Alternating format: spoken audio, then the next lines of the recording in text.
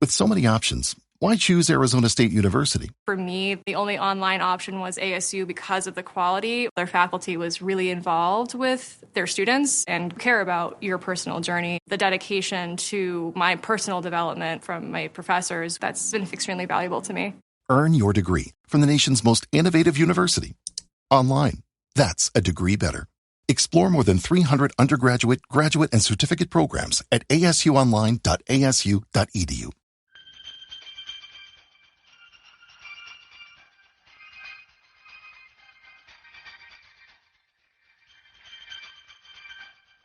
Bienvenidos a la otra realidad. ¿Existen los fantasmas? Cualquier persona sensata y culta dirá que no, y se estará equivocando, porque hay una cantidad innumerable de testimonios que afirman lo contrario, y muchos de esos testimonios proceden precisamente de personas sensatas y cultas que hasta ese momento pensaban que lo de los fantasmas era una pura tontería. Podemos decir que se trata de alucinaciones, de percepciones delirantes, de sugestión, y eso sin duda serviría para explicar muchos de los casos, pero no todos. Además, en este último siglo, cuando han entrado en juego las máquinas fotográficas o de cine o de vídeo, resulta que, aun no siendo muy proclives a la sugestión, también ellas captan en ocasiones la imagen de eso que llamamos fantasmas. La cuestión no es si existen o no, puesto que hay que dar crédito a muchos de esos testimonios, sino ¿qué son los fantasmas? ¿Son espíritus que vienen del otro mundo a reclamar algo de los vivos, aunque sea simplemente atención?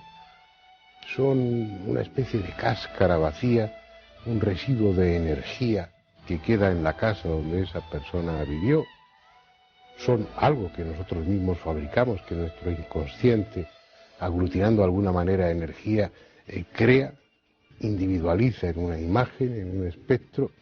No lo sé, pero espero que después del coloquio, aunque no demos respuesta tajante a esas preguntas, al menos sepamos un poco más respecto a los fantasmas, porque nuestros invitados han dedicado mucho tiempo de su vida a investigar ese tema. Y quién sabe, a lo mejor al final del programa alguno de ustedes vuelve la vista disimuladamente hacia atrás, pensando que quizá tenga una visita que no esperaba.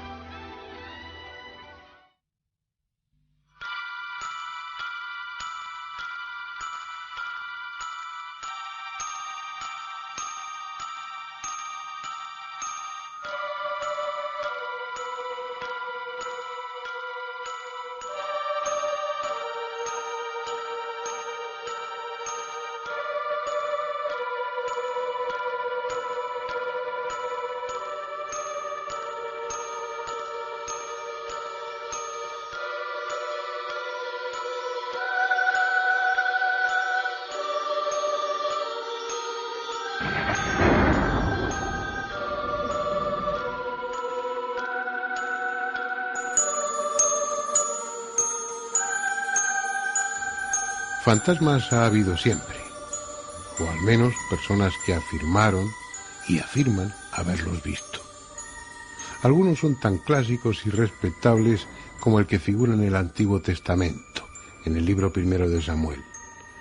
En el relato bíblico, el rey Saúl, inquieto por la próxima batalla contra el ejército de los filisteos, acude a la hechicera de Endor para que invoque al espíritu de Samuel y le diga lo que va a suceder. Al conjuro de la nigromante y ante el espanto de todos los presentes, el espectro de Samuel se presentó, anunciando de paso que el rey Saúl sería derrotado, como así sucedió.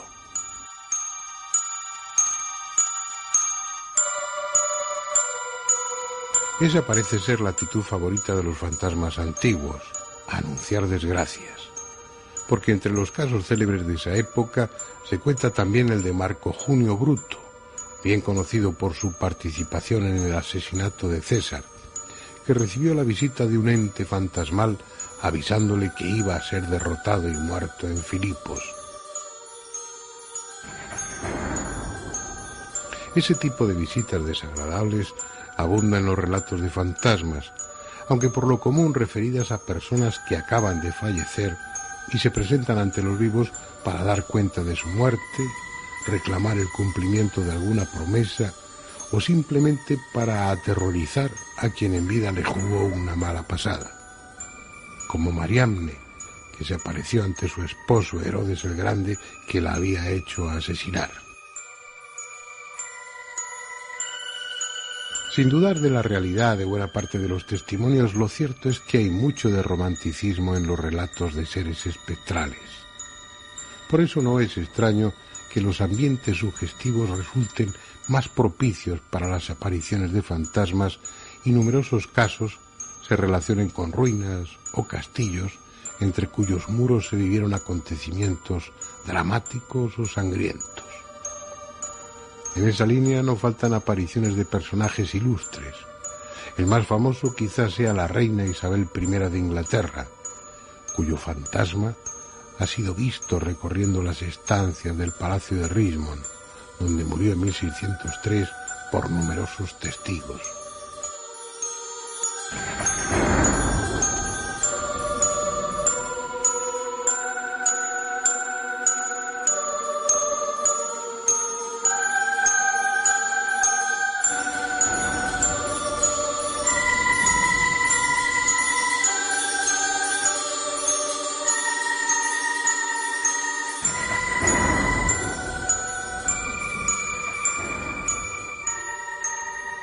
Pero ¿qué ambiente más propicio para la aparición de fantasmas que los salones donde durante el siglo pasado se celebraban sesiones de espiritismo? Además, por entonces ya existían las cámaras fotográficas, aunque la verdad se abusó de ellas para fabricar falsos fantasmas como estos que estamos viendo. Sin embargo, no todos eran falsos. Este que tienen ahora en su pantalla es casi con toda seguridad auténtico. Se trata del fantasma de Katy King, un espíritu que se materializaba durante las sesiones de la medium Florence Cock, una de las más célebres de Inglaterra, la primera que consiguió materializar un cuerpo humano completo a la luz de entonces, la de gas. Lo que hace de este caso uno de los más interesantes en la historia del espiritismo es que las sesiones de las que proceden estas fotografías se celebraban bajo el control de Sir William Crookes, uno de los científicos ingleses más prestigiosos, que recibió el Premio Nobel de Química en 1907. Lo lógico es pensar que la medium Florence Cock y el fantasma de Katy King eran la misma persona, sobre todo si se tiene en cuenta el parecido entre ambas, pero el propio científico certificó que no era así. Aunque parecidas, tenían notables diferencias y además él tuvo la oportunidad de verlas juntas durante una de las sesiones. Así pues, y mientras no se demuestre lo contrario, estas fotografías del fantasma de Katy King podemos considerarlas como auténticas. Entre ellas hay incluso dos en las que William Crookes aparece junto al espíritu materializado.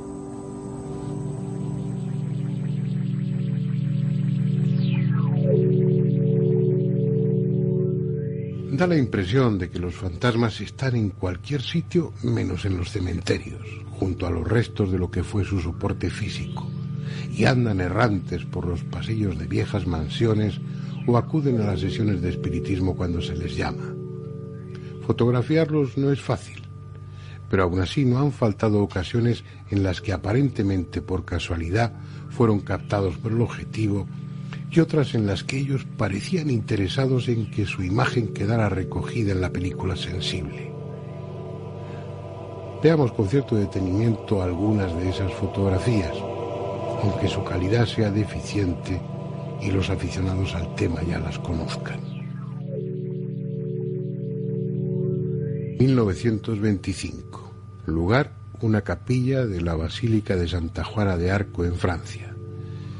En ella aparece una turista, Lady Palmer, y dos personajes, aparentemente dos sacerdotes que no estaban en el momento de sacar la fotografía, pero que al revelarla aparecieron allí.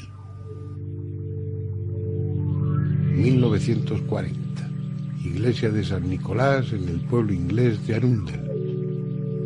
Es una parte de la fotografía que en un plano general recogía todo el altar mayor. No había nadie, pero al revelar apareció la figura semitransparente de lo que parece ser un sacerdote oficiando. Esta es la Dama Parda de Reinham. Fue tomada en 1936. El fotógrafo sacó varias fotografías del interior de la mansión durante una visita turística. Precisamente, el atractivo del lugar es porque la tradición sostiene que por la casa se pasea un fantasma vestido con cofia y traje de brocado al que muchos afirman haber visto. 1959. En un bosque australiano y tomada por el reverendo Blaines. La cabeza y los brazos podrían ser solo una apariencia, una casual disposición de la vegetación del fondo desde el ángulo que cubría la cámara. Pero las líneas definidas del ropaje, una especie de larga falda o túnica, permiten incluirlos sin reparos entre los fantasmas fotografiados. He aquí una vieja y típica fotografía de un fantasma inglés. Fue tomada en diciembre de 1891 en la biblioteca de la mansión Combermere en Chester. Si se fijan bien, en el sillón que aparece en primer término puede verse un rostro difuso y con más claridad un brazo y su correspondiente mano apoyado en el brazo del sillón. Varias personas dijeron reconocer en la fantasmal figura al difunto Lord Combermere, pese a lo poco definido de sus rasgos. Más fácil de identificar fue el fantasma que aparece en esta fotografía.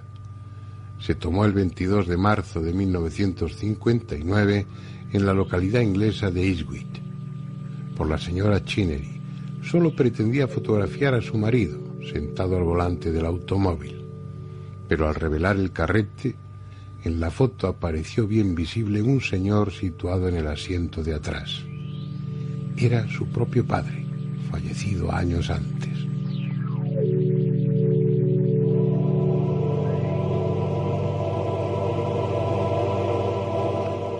Y para finalizar con esta ronda de fotografías clásicas de fantasmas, veamos la que se tomó, como en otros casos, por un turista que visitaba una casa célebre.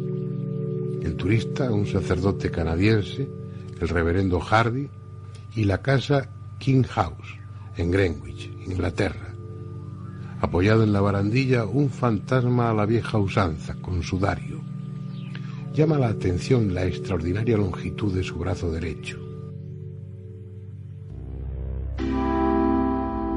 No pocos investigadores dudan de la autenticidad de estas y otras fotografías en las que aparecen presuntos fantasmas con formas bien definidas, pero tal vez sea porque ellos no las han conseguido.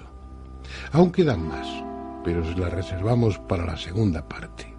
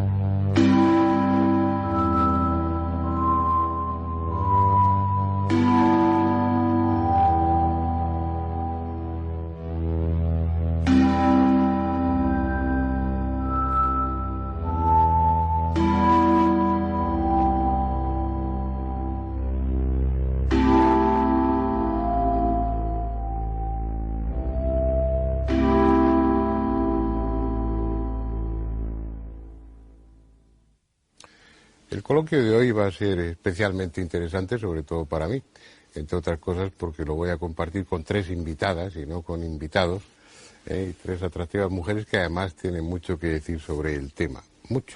Mucha experiencia. Sol Blanco Soler, que ha investigado casos de poltergeist, montones. Pertenece o forma parte, mejor dicho, del grupo del Padre Pilón. Y no sé si has visto fantasmas, pero fotografiar fantasmas sí lo has hecho. Bueno, he fotografiado algo anormal. De ahí a que eso que yo capto o he captado sean fantasmas, habría que saberlo. Lo que en cualquier caso es un campo energético extraño. Luego entraremos en discusiones, ¿son fantasmas o qué cosa pueden ser? Clara Tauces, lo tuyo es la grafología, pero llevas investigando fenómenos de poltergeist y casas encantadas desde hace muchos años también, a pesar de lo joven que eres, ¿no? Bueno. ¿Has visto algún fantasma o no? No, yo ver lo que dice ver físicamente no he visto nada. ¿No? ¿No te da vergüenza? Pues sí, me gustaría poder decir que sí, que los he visto y tener la suerte, ¿no?, que he tenido algunas otras personas, pero no. Hombre, lo que pasa es que lo normal, o lo habitual al menos, es que de existir los fantasmas no estén al alcance visual de todo el mundo. Hay que tener alguna capacidad especial o ser especialmente sensitivo. Inmaculada de Pablo, hola, sensitiva, evidente, que tú estás en mejor situación que nosotros para ver.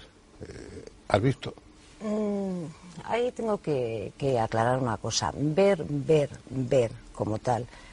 He visto unas formas energéticas extrañas que podrían ser fantasmas, pero insisto en lo que ha dicho mi compañera, podrían ser fantasmas. Indudablemente hay unas fuerzas energéticas que son totalmente anormales. Bueno, vamos a ver quién rompe el fuego. La idea es que esto no sea un programa en el que yo hago preguntas, vosotras respondéis, sino que con toda tranquilidad y libertad pues intervengáis en el momento que os parezca oportuno, y aparte de teorizar, pues que vayáis ofreciendo, mejor dicho, vuestra experiencia a este respecto. Ya me habéis dicho en la introducción que no habéis visto fantasmas, que tú tienes dudas de, has visto cosas energéticas, que vaya usted a saber qué, Sol que ha sacado fotos de unas cosas extrañas, pero que bueno, que tampoco fantasmas, y aclaran ni la pregunto, porque ni has sacado las fotos, ni has visto tampoco fantasmas, los has sentido por lo menos. Alguna cosa he presenciado, pero no ver lo que se dice con los ojos físicamente no he visto nada, ¿no? Escuchar cosas, sí. El tema, lo que yo hacía en la introducción del programa, no en la del coloquio, es plantear aquí, yo pienso que los fantasmas existen. La cantidad de testimonios que hay, de gente que hasta ese momento era escéptica y sumamente racional, nada fantasiosa, el número, el volumen de ese tipo de testimonios es muy grande. Yo me fío de esas personas, pero no sé exactamente qué han visto. Ese sería el tema. Vamos a hablar de fantasmas por utilizar un término, pero no es que estemos aludiendo o que ello implique que se trate del espíritu de una persona, sino de algo que se ve, que no sabemos muy bien lo que es, porque acabamos de empezar el coloquio, pero al final estoy convencido de que sabremos. Menos todavía. Has cogido el espíritu del programa. Venga. Hombre, A ver, quizá, Fernando, lo que convenía puntualizar lo primero de todo es delimitar qué son fantasmas y qué no son fantasmas.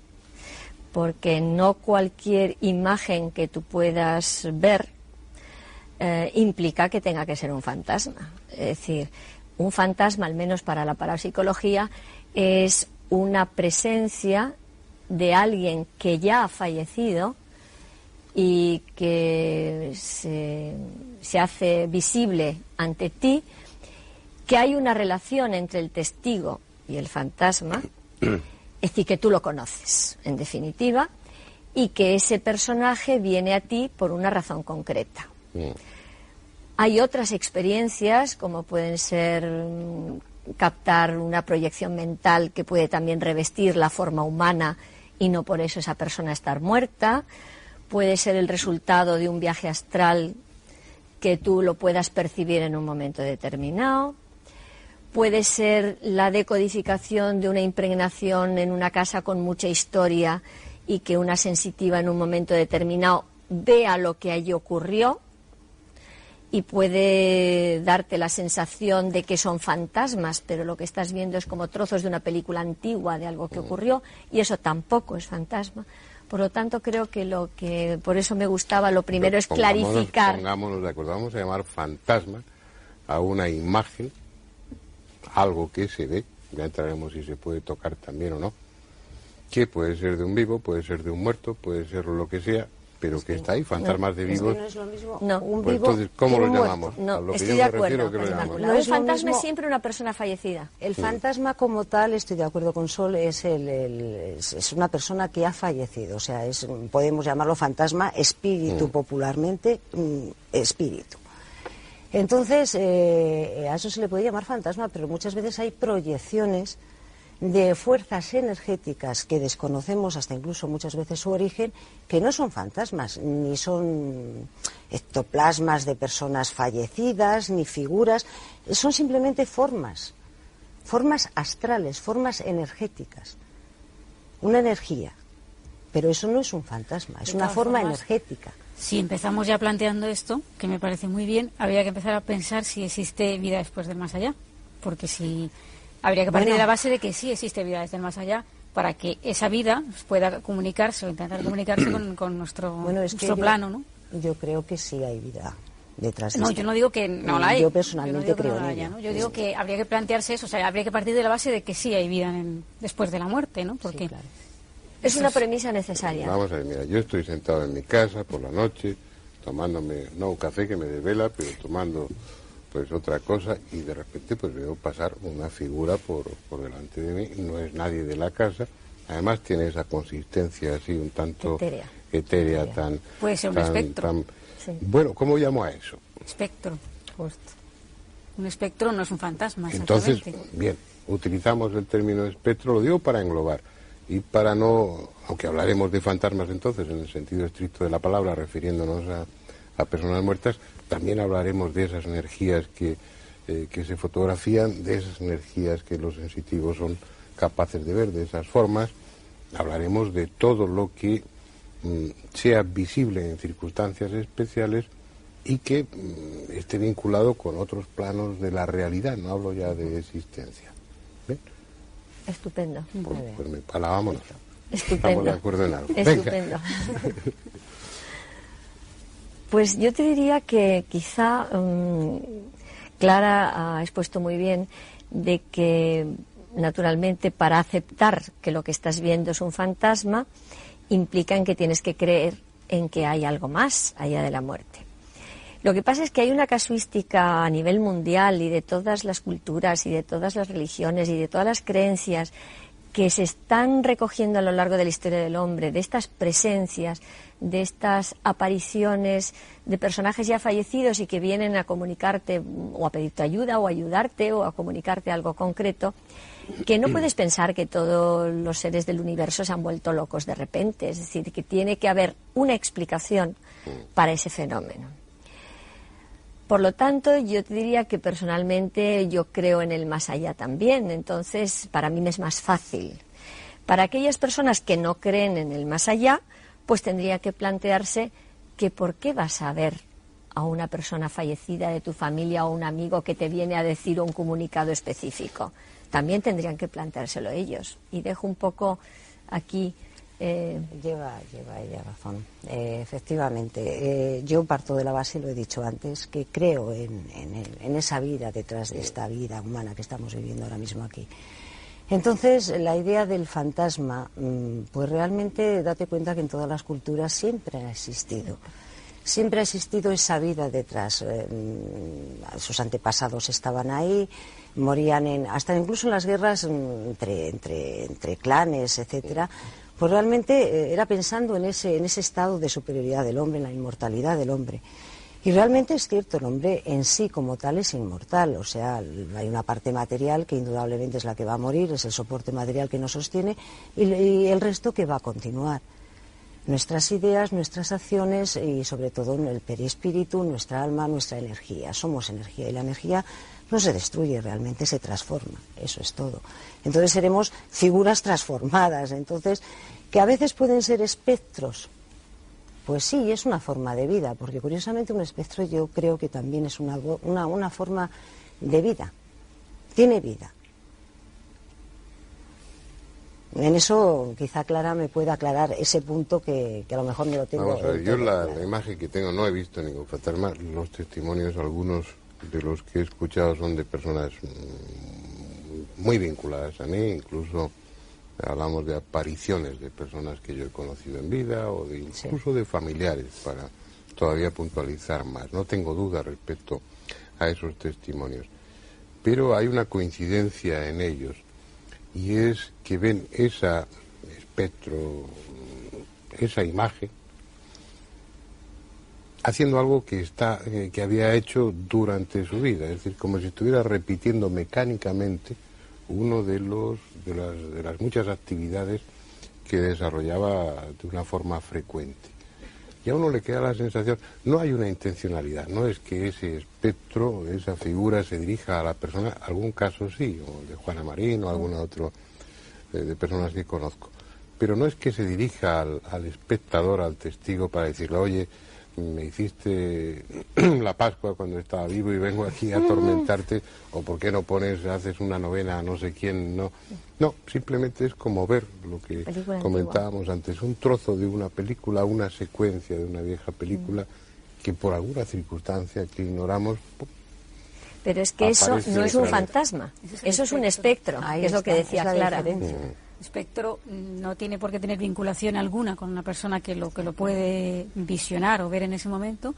A lo mejor tiene más vinculación con el lugar en cuestión, y cualquiera que tenga alguna mínima capacidad extrasensorial puede percibir exactamente, realizando una acción cotidiana, bajando una escalera o yendo hacia una biblioteca para coger un libro y desaparecer posteriormente, es decir, sin que repare para nada en nuestra presencia. Los testimonios clásicos en casas que ya son célebres son eso, ver a la duquesa, no sé cuántos, al espectro que, bueno, pasa por el pasillo, hace algo que hacía cuando estaba viva, sin más, ajena al espectador y sin sentirse. Que eso plantea una pregunta. ¿Pero eso qué es? Eso es lo que se llamaría un espectro, es la diferencia entre fantasma y espectro. De acuerdo, pues y a mí eso me plantea ¿qué es? No sé. No lo sé, Fernando. Yo lo que sí te puedo decir es que eso plantea para mí una inquietante pregunta. ¿Qué pensáis? Hombre, tener una plena seguridad es difícil. A mí me plantea una inquietante pregunta que no tengo respuesta, ¿no? Y es que si el fantasma, que no el espectro, el fantasma, viene a comunicarnos algo, a decir que realicemos una acción o que algo quedó sin resolver, en fin, a darnos un mensaje, el espectro no. Aparentemente pasa ampliamente de nosotros, él hace su acción y desaparece. Es decir, ¿Eso qué significa? Que está ahí, es una realidad que está ahí, sería otra realidad, como el nombre del programa, que está pasando por delante de nosotros y que captamos fugazmente en un momento determinado. Es decir, estamos rodeados de seres. Hay una hipótesis, que tú la conoces, que es la hipótesis de la impregnación. ¿Qué sabemos de ello? Es decir, hay la teoría, al menos en teoría, que todas nuestras acciones, todo lo que hacemos, de alguna manera se queda esas imágenes, esa realidad en suspensión en el medio ambiente en el que nos movemos. El tema está en que eso, que es el tema de las casas encantadas normalmente, que están fijados o fijos los fenómenos a un lugar, que como tú bien dices, con algo justo, trágico. Algo trágico. Entonces la impregnación es tan grande que el problema está en que a lo mejor tú que no tenemos esa sensibilidad de captación, como a lo mejor tienes tú, Inmaculada, pues entramos en esa casa y no vemos nada, no somos capaces de decodificar. Pero esa información está ahí, del mismo modo que las ondas de radio están en suspensión, las ondas hertzianas están a nuestro alrededor, y mientras no tenemos el decodificador para poder traducir esa información y que llegue a nosotros, pues es imposible que nosotros la podamos percibir. El hecho está en que podría ser que entonces lo que hicieran los sensitivos es tener una especie de relé que cuando entran en un lugar donde esa impregnación ha sido muy fuerte, y tú imagínate un caso de suicidio, un caso de asesinato, un caso de unos grandes dolores o alegrías que ha quedado como la impronta muchísimo más fuerte, ese sensitivo lo que hace es decodificar esa información y ve lo que allí pasó, lo que aquella persona normalmente hacía, que iba a la librería, que bajaba una escalera. Pero eso es lo que me inquieta precisamente, Sol. ¿Por qué? Pues porque, es decir, si esa formación, vamos a llamarlo así, no tiene ningún contacto ni nada que ver con nosotros, ni siquiera se dirige a nosotros, a lo mejor ni siquiera es consciente de que estamos ahí, o da la posibilidad de que hay muchas más de esas presencias de las que podemos imaginar que pudieran estar por aquí vagando en este momento. Yo creo que hay muchísimas más presencias de las que nos podemos estar rodeados de espectros. Podemos estar rodeados de espectros, efectivamente. De información ahí latente. De información. Yo lo que pienso es que realmente en casas donde han sucedido hechos con unas pasiones muy desatadas, tanto como pueden ser de dolor, hasta incluso amor también, un apego hacia un determinado objeto, un apego, un amor tremendo hacia esa casa, casos de dolor, suicidios, muertes violentas por distintas causas, sitios donde, por ejemplo, ese espectro, si es el caso de mujer o si es el caso de hombre, haya perdido a un bebé, a su hijo de una manera trágica, sigue aferrado al lugar en sí. Pero sería... Y se pasean delante de nosotros, pues realmente, si nos ven. Mira, yo tengo una experiencia... Pero perdona, Inmaculada, si estamos hablando de espectros, eso implica que no hay una intencionalidad en esa figura, que es como una cáscara vacía. Pues no hay, yo hasta hoy no he visto ninguna intencionalidad. ¿Qué sentido tendría si ha habido un hecho luctuoso del tipo que sea muy dramático? Puedo entender que el espíritu de la persona se quede ahí, o una parte de él aferrado pero que quede una imagen, bueno, es posible, no entro a discutirlo, pero que no entendería bien las razones dentro de lo absurdo que es el tema. Es que el tema sí parece así a priori un tanto absurdo, pero realmente ese apego puede ser un apego material y entonces se quedan, es una teoría también, se queden totalmente muy a ras terrenal, muy a ras de nuestro propio astral. Entonces realmente es una forma, quizá por llanto, por dolor, por exceso de amor, por tragedia, llámalo algo que realmente ha desatado muchas pasiones, pues no puede evolucionar ni encontrar su camino. Eso puede ser así. Yo a veces he llegado a pensar que sí. Y otra pregunta sería si tiene que evolucionar. Sí, sin lugar a duda ahí sí. Entonces estaríamos hablando Entonces de la misión de la persona que va a Casas Encantadas, eso es hipotético y te lo pregunto a ti. Yo no es que niegue, no entraría también la misión de hacerles evolucionar hacia su... de alguna forma. ¿Y si no tuvieran que evolucionar y fuera una acción repetitiva? Como quien pasa una cinta de vídeo y la pasa 300 veces. Pero nunca ha sido la misma. En una casa, vamos a suponer, en una casa encantada. Tú eres experta en Casas Encantadas. Tú te has encontrado... mucho decir, porque en esto bueno, estudiosa del tema. Vamos a llamarlo así. Todas somos estudiosas de un tema. Entonces, tú te has encontrado con la misma figura una y otra vez. Sí. La misma figura. Sí. Y ha hecho siempre el mismo movimiento. Casi siempre. Nunca te ha mirado. Yo no he visto nada, ojo. No, nunca yo digo los testimonios, ¿no? Tú coges por separado, que recuerdo un caso en Mejorada del Campo, tú coges por separado a los miembros de la familia que habían presencia, independientemente de una serie de fenómenos de otra índole ya más, pues, física, ¿no? Como movimiento de objetos. Demás, ¿no? Sí, ese tipo de cosas, ¿no? Independientemente de eso, había una presencia supuestamente fantasmal, ¿no? Era un ser de 1,20 m con una túnica blanca, que por supuesto no tenía absolutamente nada que ver con ninguno de los habitantes de la casa que ellos supieran, con barba y con pinta de anciano, ¿no? Este hombre se paseaba por el pasillo y cuando tú pides a las componentes de la familia que hagan un dibujo de eso que han visto, sin que hablen entre ellas de qué es lo que han visto, y ver los dos dibujos por separado y te das cuenta que es lo mismo. ¿Y has hablado en algún momento que las prestó un mínimo de atención? No, simplemente pasaba por el pasillo y cumplía ese cometido absurdo entre comillas, porque es darse un paseo por lo que digo, una especie de moviola, y si fuera una especie que coloca una cinta de vídeo y no sabemos qué sentido, o sea, lo de la evolución, de acuerdo, es una teoría muy bonita. Es una teoría como otra cualquiera, no sé qué pensar. Claro, pero eso se podría justificar con lo que hablábamos antes del tema de la impregnación. Puede ser que ese personaje hubiera vivido en el lugar antes de que estuviera construida la casa. En ese lugar hace un montón de años. Sí, es decir, ¿qué sentido tiene? Pues nosotros tuvimos un caso de un alquimista muy gracioso. Digo un alquimista muy gracioso porque nos llamaron a la casa pensando verdaderamente, porque el tema tenía todos los visos de ser un poltergeist. Es decir, las lámparas de hierro se retorcían los brazos y tal, en las afueras de Madrid. Y ya el tema fue muy gordo porque una persona estaba cuidando a 2 niños pequeños, uno como de unos 3 años y un bebé en un cochecito, y bueno, pues se fue a acostar al mayor, y cuando vino el bebé lo habían sacado de la cunita, del cochecito de resto, y lo habían sentado en el sofá. Imagínate la cara de la persona esta, porque el bebé ese no podía andar y quién lo había puesto ahí. Bueno, pues tardamos bastante tiempo en averiguar la historia, pero la historia era muy bonita. Parece ser que esta casa estaba construida encima de la casa que había pertenecido... a todo esto, el dueño de la casa, para un seguro que tenían que hacer de muebles, empieza a hacer fotos de los muebles, y al hacer la foto de un gran espejo que tenían allí, aparecen dos personajes, uno vestido un poco como D'Artagnan, es decir, de esa época, con las botas esas de media caña con boca ancha, y con su espadín, y luego una especie de monje. Entonces, cuando ya seguimos la investigación, pues en una de estas comunicaciones mediúmnicas, pues supimos el nombre de este señor. Este señor era el juez que había vivido en una casita en el lugar, te quiero decir que era de otra época totalmente diferente, que ese señor mayor era un alquimista que había contratado el juez y que vivía en una caseta al lado de la casa del señor, y que todos los días iba atravesando ese trocito de distancia entre la casa del juez y su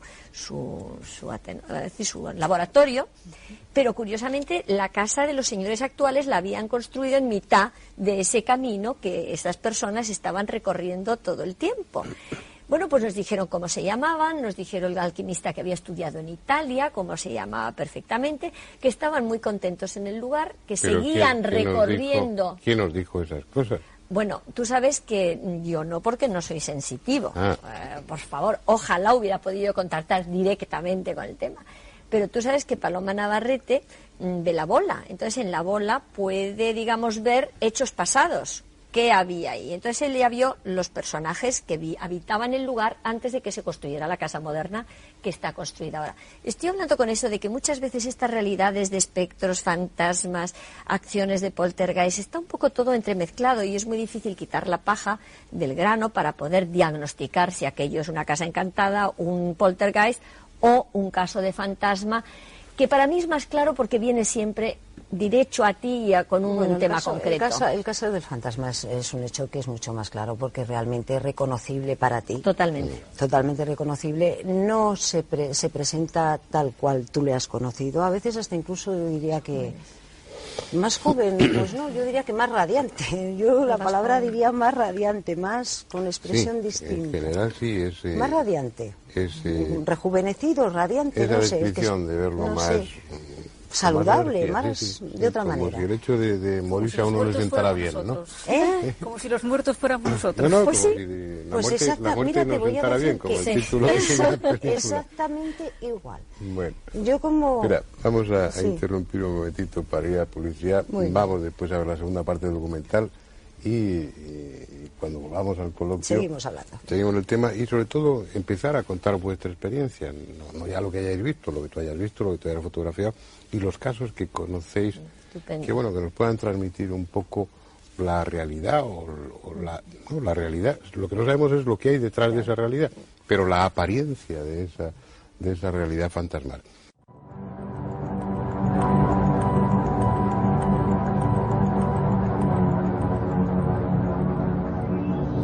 Este es el Palacio de Linares, en el centro de Madrid, actualmente sede de la Casa de América. Hace varios años los medios de comunicación se ocuparon ampliamente de él. Se habló de apariciones, de fenómenos de poltergeist, de psicofonías. Entre los que investigaron el tema se encontraba el equipo que dirige el jesuita José María Pilón, del que forma parte una de nuestras invitadas, Sol Blanco Soler. Como suele hacer en estos casos, realizó numerosas fotografías con flash. En su larga experiencia, ha comprobado que en los lugares donde se producen fenómenos asociados a lo paranormal o a lo sobrenatural, se obtienen con relativa frecuencia fotografías de formas blanquecinas o luminosas, invisibles al ojo humano, pero que a la luz del flash pueden ser capturadas, por así decirlo. En el Palacio de Linares consiguió varias, de las que estamos viendo algunas. Globulosas, alargadas, a veces muy difusas, vendrían a ser algo así como fantasmas sin forma definida. Clásicamente se les denomina cuerpos psíquicos. Esta es probablemente la fotografía más antigua de uno de ellos. Fue tomada a finales del siglo XIX y el grupo lo forman la señora Guppy, una médium famosa de su época, y dos amigas suyas.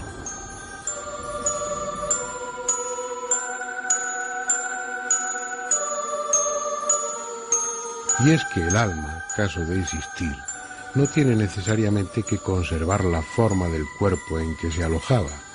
Eso parecen demostrar estas dos conocidas fotografías, tan deterioradas ya como impresionantes por las circunstancias en que se realizaron.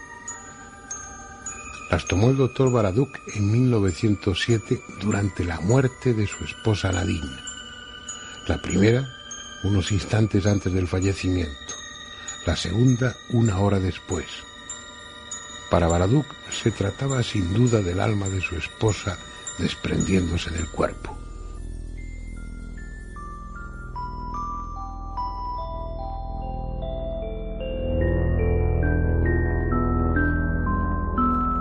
Al ocuparnos del fenómeno de poltergeist, estuvimos en la casa de un arquitecto madrileño, actualmente vacía, en la que vienen produciéndose todo tipo de sucesos extraordinarios desde hace décadas. En su momento, el equipo del padre Pirón también estuvo allí investigando, y Sol Blanco Soler obtuvo varias fotografías en las que esas formas luminosas, a veces esféricas y otras fusiformes, se dejaron captar por la cámara. Alguna de ellas es especialmente brillante, y como todas las que hemos visto hasta ahora, totalmente inexplicables desde un punto de vista técnico.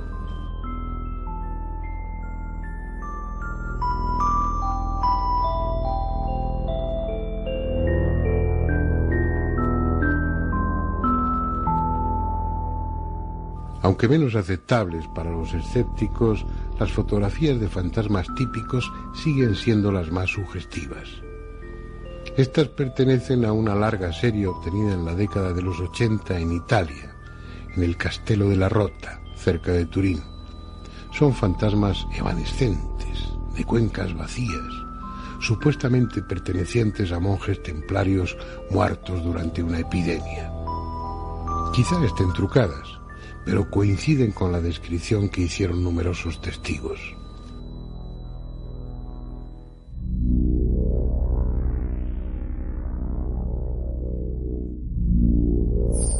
Hay lugares en los que si no hubiese fantasmas habría que inventarlos. Lugares tan llenos de tragedia, de muerte y después de soledad que han merecido con creces el nombre de malditos. Ochate, en el condado de Treviño, es uno de ellos. ¿Lo recuerdan? Solo queda la torre de la vieja iglesia, tan abandonada y desnuda en medio del paisaje que es en sí misma la imagen de la desolación. Estuvimos aquí al principio, cuando hablábamos de las voces de los muertos, de las psicofonías. En esa torre se grabaron algunas. Supongo que también lo recuerdan. Una voz desde otro plano de la realidad llamaba a Pandora.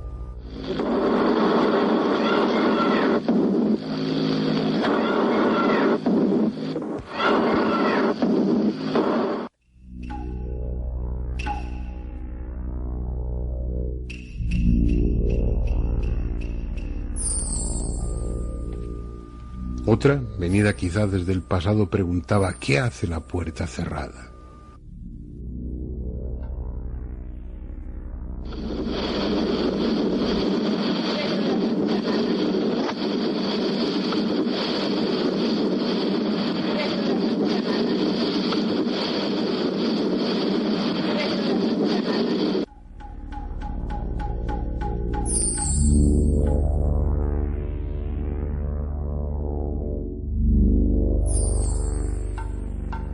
Muchos investigadores han venido en grupos para pasar la noche en Ochate y tomar nota de lo que sucedía.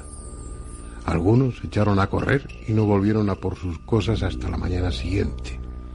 Pero salvo sus testimonios y varias psicofonías, no hay mucho más que mostrar a los curiosos. Tan solo una fotografía poco conocida, la de un pajar cercano a la torre y también abandonado. En su fachada, una vieja puerta rota por la que algunos aseguran haber visto un rostro. Esta es la fotografía. Si su televisor está bien ajustado de contraste, tal vez también vean el mismo rostro. un efecto casual de luces y sombras, quizá. Puede que en definitiva los fantasmas sean solo eso. Aunque en la próxima y última fotografía que les voy a mostrar, la explicación posible no sea tan sencilla.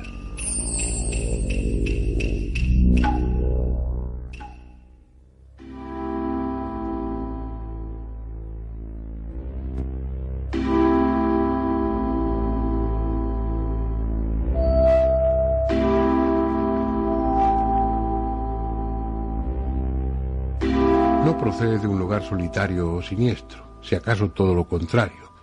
Fue tomada en París en agosto de 1993 por una turista española, Raquel Cantero. Se trata de una más entre las muchas fotografías que hizo durante el viaje, en este caso de las que tomó del exterior de la Catedral de Notre Dame. Esta es la fotografía. La cámara utilizada fue una Chinon y la película Polaroid Color HD 2 de Cienasa. Ni ella ni su acompañante notaron nada extraño en la fachada que acababan de fotografiar y continuaron su recorrido por París.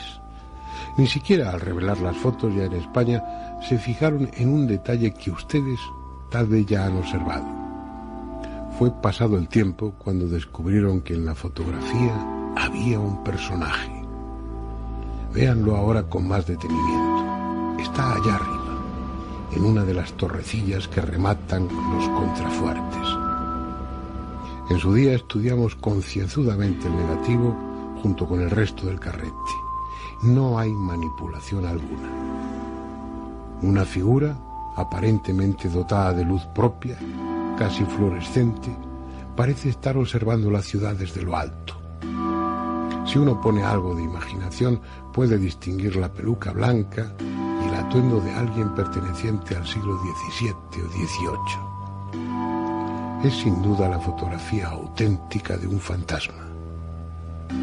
Sean lo que sean los fantasmas.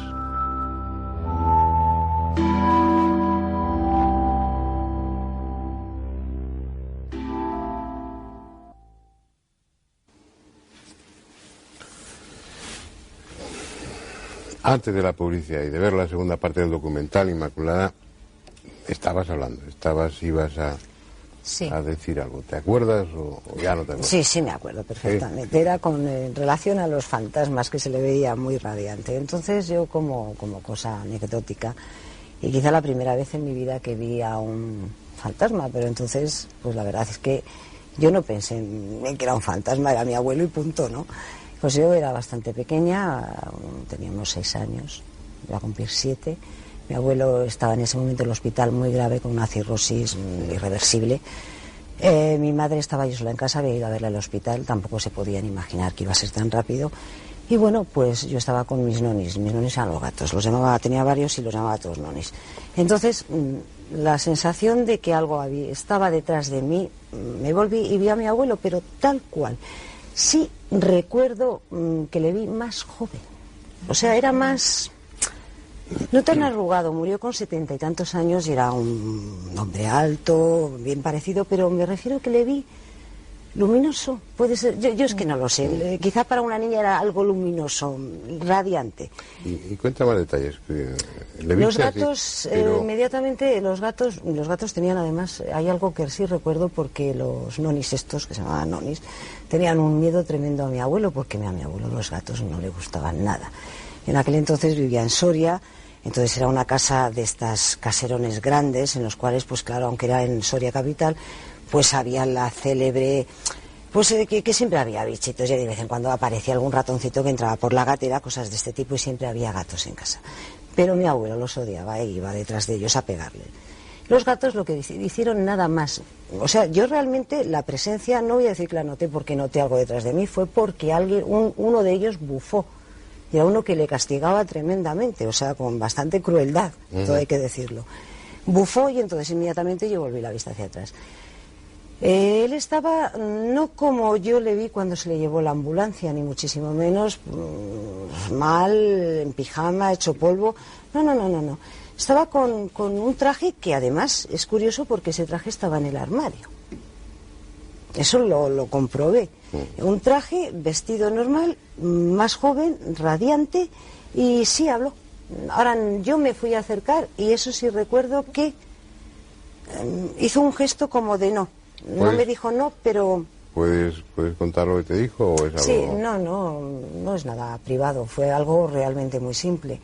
Supongo que algo entendible para una cría de aquella edad, que no iba a volver más, que él estaría siempre conmigo, pero que no me preocupara, que él estaba bien, se encontraba bien. ¿Le veías de cuerpo entero? Cuerpo entero. Mira, tal como te estoy viendo a ti, es lo que tú estás sentado, y él estaba de pie. ¿Y cómo desapareció? Los pies, hablarme ahora de los pies con esa actitud, pero yo creo recordar, son muchos años los que han pasado, pero creo recordar que tenía pies también, claro. Sí, entero. ¿Y luego qué hizo? ¿Se alejó? ¿Se diluyó? Mira, en el aire? Es como... ¿Cómo desapareció? Estaba y dejó de estar. Dejó de estar. Este tipo de descripción, tenemos aquí una testigo que ha visto un fantasma, y en el sentido exacto de la palabra. Tengamos en cuenta, un familiar, hay que tener también en cuenta, si de ser objetiva, que ahora mismo quiero recordar detalles. Ya han pasado muchísimos años, o sea, ahora quiero ser más objetiva. No tantos. No tantos años han pasado. ¿Para qué vamos a hablar de esas cosas? No sé. Pero bastantes, yo diría que muchos. Y bueno, otro caso sí me sucedió, pero esta vez no lo vi así, no era real. Estaba en la televisión, puestecito él allí, en la televisión. ¿En la televisión? En la televisión. En la pantalla. En la pantalla de la televisión. Esto hace... ¿Y era alguien conocido para ti? Y tanto. Esta vez no fue agradable. Y muerto también. O sea, ¿y te dijo algo? No. ¿O te hizo algún gesto o algo? No, me llevaba haciendo la puñeta ya, ese fantasma, me llevaba haciendo la puñeta, vamos, lo que me estaba oyendo no creo que vuelva a hacérmela, pero vamos, llevaba así como 6 años o 7 haciéndome la puñeta. Entonces yo creí que el tema ya aprendí a convivir con ese lastre encima. Al decir que te hacía la puñeta, ¿te refieres a que provocaba a tu alrededor problemas de tipo poltergeist, ruidos, desplazamientos de objetos? Sí, pero no era yo solamente las que lo oía, sino que llegó a causar auténtico desbarajuste psicológico tanto a mi madre como a mi hija, que entonces tenía, pues no sé si eran 13 o 14 años, vamos, mi hija estaba aterrorizada, estaba habituada a todas estas cosas, pero una cosa es que la hablen y la cuenten historias y otra cosa es vivirlo en la propia carne de uno. Mi madre lo llevaba mejor, pero vamos, aquello fue muy desagradable. Sí, bueno, también fue estar y no estar, de repente apareció. No, ahí te puedo decir una cosa. Realmente yo apagué la pantalla de televisión porque en ese momento no me sentí, es curioso, preparada para lo que venía a continuación. La impresión que yo tuve es que esa forma iba a salir de la pantalla. Fue algo durante una décima segundo aterrador. Me levanté inmediatamente y desconecté. ¿Estaba sola en ese momento? No, había un testigo. Concretamente había un testigo que lo puede testificar. Sí, conocía al muerto. O sea, le conocía muy de sobra. Ahora es una experiencia que le estaba comentando a Sol, que quiero repetir, porque ahora sí me considero preparada para ver si sale de la pantalla. Ya es que es curioso. Ya ha pasado mucho tiempo. No puede volver. De vez en cuando hace unas ciertas, o sea, no, es que no está tranquilo, pero de vez en cuando pues hace alguna pequeña picija, pero no ya mala uva, sino picijas. Bueno, espero que me avises y con tiempo para poderlo filmar. Sí, te avisaré, en serio. Estamos porque todos en primera fila. No, os avisaré. Pero bueno, partiendo del testimonio tuyo, lo que cuentan los testigos de fantasmas o de espectros, dependiendo. No, de fantasmas. De fantasmas. Es también de una forma similar. Hay coincidencias. Sí, ese verle más vital, más joven. Hay matizaciones. Yo quisiera comentar un caso un poco atípico. Es decir, sí es la misma, más o menos, el mismo perfil que está describiendo Inmaculada, pero con un detalle curioso, ¿no? Este caso, yo tengo total certeza de que no es un fraude porque conozco a las personas en cuestión, son amistades, ¿no? Y bueno, pues sucedió que la madre de una amiga la internaron en un hospital, estaba enferma y bueno, ella tiene 2 hijas y una hija más que tiene síndrome de Down, ¿no? Entonces, al ser ingresada, a la niña no se le dice nada. Poco después, la madre fallece y a la niña no se le comunica de momento una cosa así y pasan 2 o 3 días, es decir, no sería pues lo que hablábamos antes, ¿no? Cuando alguien muere en un momento determinado, va a morir o tiene una sensación de pánico y se puede proyectar hacia un familiar, ¿no? En este caso la niña no sabía absolutamente nada y la madre había fallecido hacía 3 días, escasamente, ¿no? Entonces la niña por la noche ve a la madre que se acerca y le da un beso. Eso es lo que la niña cuenta sin saber que su madre había muerto. Esto es y sobre todo pasando el tamiz de que es una niña con síndrome de Down y que no tiene pues la malicia que en un momento determinado pudieran desencadenar ciertas personas que quisieran elucubrar una historia, ¿no? Pero en general las visiones de fantasmas tienen ese aspecto así. Son más faceta etéreos, benevolente, ¿no? o no, o a veces... No, benevolente sí, pero el aspecto físico puede ir desde una perfección absoluta y que tú no te des cuenta de que son fantasmas hasta que no desaparezcan delante tuyo, súbitamente, físicamente, hasta unos mayores o menores grados de transparencia y de opacidad. En este caso era medio transparente. Por eso te digo. Y pregunté lo de los pies por eso, porque en este caso no apreciaba. Yo creo más o menos luminosos, autoluminosos o opacos, te digo porque es que yo tengo mucha casuística recogida y unos te dicen, como hay varios casos en los que se dan cuenta que son fantasmas porque de repente se creen que es una persona viva y normal y resulta que se desaparecen. Eso es frecuente, ¿no? Pues mira, eso es más frecuente de lo que pensamos. Que el aspecto sea normal, que no normal sea y con las edades, sino... en este caso con la edad de más o menos que había muerto. Una señora que fue a recoger unos pendientes a una tienda y la niña esta me lo contaba de primera mano. Y esta señora fue a recoger los pendientes, le dijeron que no estaban, y vuelva usted mañana porque todavía no están. Y a las 2 horas llegan otras 2 señoras a por los pendientes. Y entonces la chica esta le dice, mira, que no, ya habéis venido a por los pendientes y he dicho que no estaban todavía. ¿Cómo que? Bueno, resulta, la que había entrado por los pendientes era la dueña de los pendientes, fallecida hacía un mes, y la que venía a recoger los pendientes, la actual dueña de los pendientes, era la hermana. Y claro, cuando a la hermana le dijeron que le describieron a la señora que había venido a recoger los pendientes el nombre, apellido que había dado, pues estaba alucinada, claro, porque la niña me confesaba que había sido una señora mayor totalmente creíble como persona. ¿Qué sentido tiene eso? Bueno, porque yo me pregunto mucho el misterio de los pendientes. Ahí no se presentaba a la familia, se presentaba a pues los ¿sabes lo que yo dependientes de una tienda sospecho? que no la conocían y... Pero ¿sabes lo que yo sospecho? Que parece ser que había bastante animadversión entre las 2 hermanas, entre la fallecida y la otra. Y yo sospecho un poco por aquello de mal pensar de la señora fallecida, que a lo mejor no quería que los pendientes se los quedara su hermana. Y dijo, voy a ver si me interpongo yo y me llevo los pendientes. Habrá muchas. Es decir, que claro, en este tema... Claro, a mí se me ocurre otra posibilidad. A ver, cuéntame. Por ejemplo, cuando tú quieres llamar la atención sobre algo, pero sabes que a lo mejor tu presencia puede distorsionar emocionalmente a esa hermana en este caso, ¿no? Pues tú puedes llamar la atención y decir, estoy aquí, estoy bien, o decir, he estado aquí buscando unos pendientes, quiero que sepas que he estado, pero no me voy a mostrar delante de ti. Es una forma indirecta de confirmar a la otra persona. O de asustarla. Para no meterte un susto de muerte. O de asustarla. Otra posibilidad. Lo de asustar. Pero vamos, son todas hipótesis, claro. Entonces la vieron perfectamente nítida. Luego, sin embargo, yo tengo otros casos recogidos de abuelos. Vamos a ir sobre la marcha añadiendo elementos para configurar el fenómeno, ¿no? para irlo matizando. Eso da a entender que no es preciso una sensibilidad especial, no siempre. Es que el fantasma manda, ¿eh? No por tú. eso digo, y que además no es una cuestión de necesidad tuya, sino de necesidad o deseo de él de manifestarse.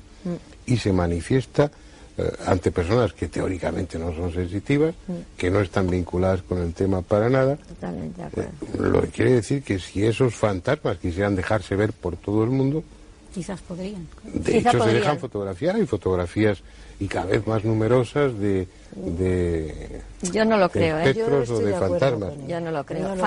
Fotografías, se cogen fotografías de estas más o menos raras de campos energéticos, pero nunca con una configuración como puede ser la imagen. Tengo una de esas que no está todavía publicada, que a mí me ha llamado la atención precisamente por eso, porque yo he visto algunas fotografías, incluidas las que tienes tú, que tienes un archivo tremendo. No, pero como ves, todas son más o menos. Por eso te digo que esta sí tiene una forma humana y es bastante curiosa la fotografía. Se trata de el caso de una chica española que está en Estados Unidos y que está en un parque de temático o algo, pues detrás hay un barco, se ve un barco, está hecha con una cámara mala, es decir, una cámara esas compactas que el flash tampoco alcanza demasiado, ¿no?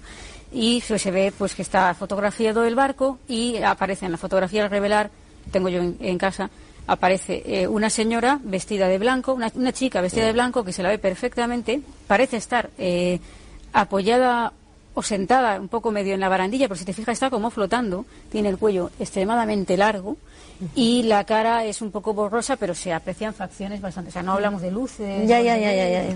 Y obviamente esta chica no estaba cuando se hizo la fotografía, no aparece ahí. Pero también estaríamos hablando de cosas distintas. Una cosa son fantasmas, otra cosa son espectros y otra cosa es lo que con frecuencia has fotografiado, lo que tú también has visto en alguna ocasión en lugares, en casas donde se producen fenómenos, que ahí estaríamos hablando de una energía al parecer dotada de intención, pero que tampoco está muy claro qué es. No, por supuesto. Porque muchas veces las fotografías de esas energías, al final llegáis a la conclusión de que realmente no es una entidad, sino que es una proyección o una emanación o algo que provoca a uno de los sujetos de la casa, ¿no? Yo no estoy tan de acuerdo porque yo todas las que he cogido normalmente son en sitios... no estás de acuerdo en nada conmigo. Hoy no, Fernando, no. Es que, por ejemplo, todas las fotos... Hay fotos que yo he cogido en casas deshabitadas. Sí, ¿por qué no? Por lo tanto, bueno... una presunción, a eso voy. Sí, pero ojalá fuera yo porque tendría mucho más en mi archivo. No se me había ocurrido. Que también es posible y no lo desecho. Pero yo no tengo ninguna sensibilidad, sería psicofotografía, entonces imagínate. Que cuando vais con el grupo, la única que tiene resultados raros, por así decirlo, eres tú. Bueno, pero soy yo la única que hace fotografías. Claro, pero ¿por qué las haces tú, las fotografías? Porque se me adjudicó en un momento determinado el equipo que como yo era periodista que me asignaron la fotografía, pero yo ni soy fotógrafa profesional ni nada, llevo los archivos y la fotografía por aquello de que tiene alguna relación con los archivos. Y me encontré con que la foto que iba a ser un soporte de archivo, pues se reveló como una posible apoyatura del tema paranormal. Y que son, bueno, en los documentales está, pero recordamos que son formas globulosas sí. O como una especie de líneas deslavazadas. Eso también es lo que tú ves en lugares donde se producen fenómenos de poltergeist. Se ve como una aglomeración diría ectoplasma, un algo blanquecino, como una nube muy condensada, para que me entiendan, con distintas formas. Unas son más alargadas, otras pueden ser más... Y sí he visto alguna, eso sí, ahí ya sí es cierto que he visto alguna con lo que quiere es empezar a ser una forma humana. Alguna, pero también de pie, subiendo una escalera, pero los pies, hay un pie que está como subiendo, lo quiero decir, el acto de subir la pierna. Eso indudablemente me pareció... De abogada del diablo por un momento. ¿Eh? Me gustaría hacer de abogada del diablo aquí. Sí, claro. Te aceptamos totalmente. Una cosa, un par de cosas que se me ocurren.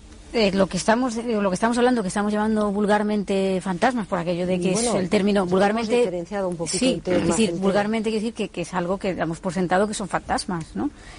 Estamos hablando de fantasmas, pero estas descripciones que haces tú de lo que No, yo ahora estoy hablando de esas otras formas energéticas que me ha preguntado a eso Fernando. me refiero. Eso serían espectros, no es un fantasma. Pero bueno, pongamos o espectro. Una forma, lo que yo igual, en aquella una forma ocasión, energética, vamos a llamarlo así. Esa forma energética, ¿quién nos dice que son seres fallecidos? No, yo no lo puedo asegurar. He dicho que a mí la apariencia era era humana. Concretamente no digo el nombre, es en Madrid, en una casa de una persona bastante conocida, por eso no quiero decir el nombre. Ella dice que es su padre. Y a mí me parecía la forma que ella, desde luego, estaba muy claro que era humana. Si era su padre o no, mira, yo eso ya no lo sé. Lo que sí que sé es que él O ese espectro recorría siempre la casa y hacía siempre las mismas cosas, como coger un bastón, encender una luz y sentarse en su sillón de siempre, su sillón donde se sentaba habitualmente en vida. Y aquello tenía forma humana, eso era indudable. Ya. En la experiencia que tenéis, que como investigadoras, no hablo ya como testigos directos, sino recogiendo testimonios, que son ya bastantes años los que lleváis en ello, hay bastantes testimonios fiables, verosímiles, de gente que sería, por poner un ejemplo, un buen testigo para un tribunal o para gente fiable que haya visto fantasmas. ¿O siempre os queda la duda de, bueno, hasta qué punto estará fabulando, hasta qué punto estará deformando la realidad? Hombre, te da más garantía si el fenómeno lo presencian varias personas. Cuando hay una sola persona de la familia que es la única que lo ve, ahí ya tienes que estar alerta, porque la experiencia es ya tan subjetiva, tan únicamente subjetiva, que tienes que comprobarlo y investigarlo. Pero cuando son varios miembros de la familia los que simultáneamente tienen la experiencia, ya pones un poquito más de atención, porque entonces ya el fenómeno no es tanto subjetivo. Hombre, puede ser siempre por contagio psíquico, y tú también de eso sabes un rato. Pero que es curioso que haya como una intención clara de objetivar, no de despreciar, pero no de considerar como muy fiable lo subjetivo, y sin embargo todos los equipos que investigan con profesionalidad, por decirlo de alguna manera, porque no se cobra por ello ni nada parecido, pero que lo investigan seriamente, suele contar en el equipo con un sensitivo. Y no hay nada más subjetivo que la sensitividad. Y sin embargo, vamos, yo me fío totalmente cuando voy con Inmaculado y digo, pues aquí está o no está. Y cuando voy Paloma exactamente igual. Exactamente y resulta que además vaya a hacer las fotos donde ella dice, y es más probable que aparezcan ahí las fotos. Porque siempre la investigación tiene que ir por los dos caminos. Por el camino, digamos, racional, de mediciones, de interrogatorio, como hacer la hoja clínica o la historia clínica de un enfermo. Es lo mismo hacer la historia clínica o la historia que sirve para la investigación paranormal. Pero tiene también que ir el camino de lo sensitivo, es decir, la investigación psíquica, que se llama. Pero con todos los respetos, porque el sensitivo sería una herramienta o un instrumento, es decir, que su cerebro tiene, bueno, pues una capacidad para captar unas determinadas longitudes de onda, por hablar. Supuesto. De una forma... Igual que se llevan aparatos medidores, se llevan se llevan a sensitivos. Estoy de acuerdo. Exactamente. Igual esa es la labor realmente del sensitivo. Claro. Es la aportación que podéis hacer vosotros con la sensibilidad que tenéis. Efectivamente. Y yo sí creo que hay testimonios lo suficientemente serios como para pensar que desde luego hay algo. Yo conozco unos cuantos. Yo también. Supongo que vosotras conoceréis muchos, porque lleváis muchos más años investigando, siendo muchísimo más jóvenes que yo, por supuesto, pero lleváis mucho tiempo dedicadas a investigar esto, y yo no. Yo sí creo que hay suficientes testimonios en los que... personas conocidas y con que no hablan de ello de social, forma... intelectual. Muchísimas, más de las que parece. Lo que sucede que ese tema lo silencian, quizás. Lo silencian, o si, por ejemplo... A Petit Comité te lo comentan, pero no quiere que se sepa que... Sí, o se niegan a que luego hables del tema. Tú sabes, Fernando, que Barnard, el famoso cirujano, cuenta, que yo tengo recogido incluso el recorte del periódico. El primer trasplante de corazón. Sí, bueno, pues este hombre estuvo internado por una hepatitis vírica en un momento determinado de su vida, siendo muy joven, mucho antes de que él empezara con los trasplantes, y recogió en una revista australiana, quiero recordar que lo tengo fechado y todo yo en casa, la experiencia que él tuvo estando hospitalizado. Es decir, una de las noches oyó murmullo en el pasillo, vio que le entraba por la puerta un ser etéreo, la describía perfectamente en su descripción, de una mujer con los ojos así, que se acercó a su cama, le cogió las manos, entonces él se asustó mucho, la empujó y salió flotando por la ventana. Él llamó inmediatamente a la enfermera tardaba en llegar, y entonces la enfermera llegó al poco tiempo diciendo: perdón usted, doctor, es que he tardado porque es que acaba de fallecer una enferma en la habitación del lado. Y la descripción era exactamente, perfecta, con la mujer que él había visto entrar en su habitación. Y eso lo cuenta Barnard en una entrevista que le hacen en una revista. Es curioso que esto lo comentas, Sol, porque hay un caso muy parecido en Elche. En un hospital de sí, Elche. en el hospital de Elche, eso no lo conocía. En un hospital de Elche, lo mismo, ¿no? Que se te presenta una persona que en teoría piensas que es, pues, no sabes, bueno, hay varios casos en Elche de hospitales, ¿no? Uno de ellos es de una supuesta enfermera que entra para tomar la atención, o eso cree el familiar, es decir, hasta el extremo de parecer real, ¿no? Y que directamente atraviesa la pared. Entonces, claro, el susto es gordo, ¿no? ¿Real? Sí, aparentemente real. Y luego hay el otro caso de esto, ¿no? Que de la mujer que se presenta y resulta que acaba de fallecer en la habitación. Uno de los problemas, ya se ha acabado nuestro tiempo, ese es otro problema, no era el que iba a mencionar. Uno de los problemas es que la mayoría de los testigos, siendo, pues como estabais comentando, en muchos casos, bueno, personas con un sólido puesto en la sociedad o en lo académico o lo intelectual, no quieren contarlo, eso es lo habitual. Tú mencionabas el caso de este hospital de Elche, ¿no? Uh-huh. Y yo te diría bastantes casos de hospitales, y también en Madrid, donde los colegas míos han tenido experiencias de ese tipo que jamás contarán públicamente. Uh-huh. Y que acabas conociendo porque no son solo ellos, sino porque pacientes y personal auxiliar también han visto esa persona, alguien que teóricamente ha fallecido en el hospital, y que vaya usted a saber por qué, porque no sabemos nada, queda por ahí perdido como entre dos mundos, ¿no? Pero testigos hay, y hay muchos. Lo que pasa es que pues estos temas tienen mala prensa, y ¿qué le vamos a hacer? No lo vamos a modificar. Pero bueno, en cualquier caso yo creo que hemos tenido tres opiniones fundamentadas sobre el tema, incluso con experiencias propias. Y bueno, algún día convenceremos a alguna de esas personas para que vengan aquí y cuenten también, no porque su testimonio sea más verosímil que el de otras personas, aunque no tengan esa relevancia social, sino para que comprobemos una vez más que muchos de estos temas son absolutamente reales, pero que como están mal vistos, la sociedad o nosotros, que formamos parte de la sociedad, pues tratamos de mantenerlos en los márgenes de lo creíble. La semana que viene volveremos con otro tema, pues no sé si tan sugerente, tan romántico como el de los fantasmas de los espectros, pero que también, con toda seguridad, estará en esos márgenes de la realidad. En definitiva, este programa se llama La Otra Realidad. Hasta la semana que viene.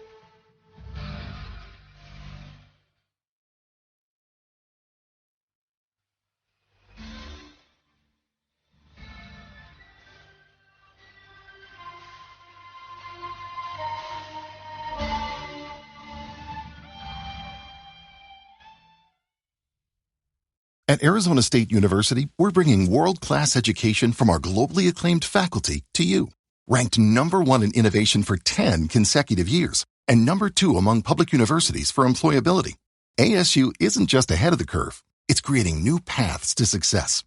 Earn your degree from the nation's most innovative university. Online, that's a degree better. Explore more than 300 undergraduate, graduate, and certificate programs at asuonline.asu.edu.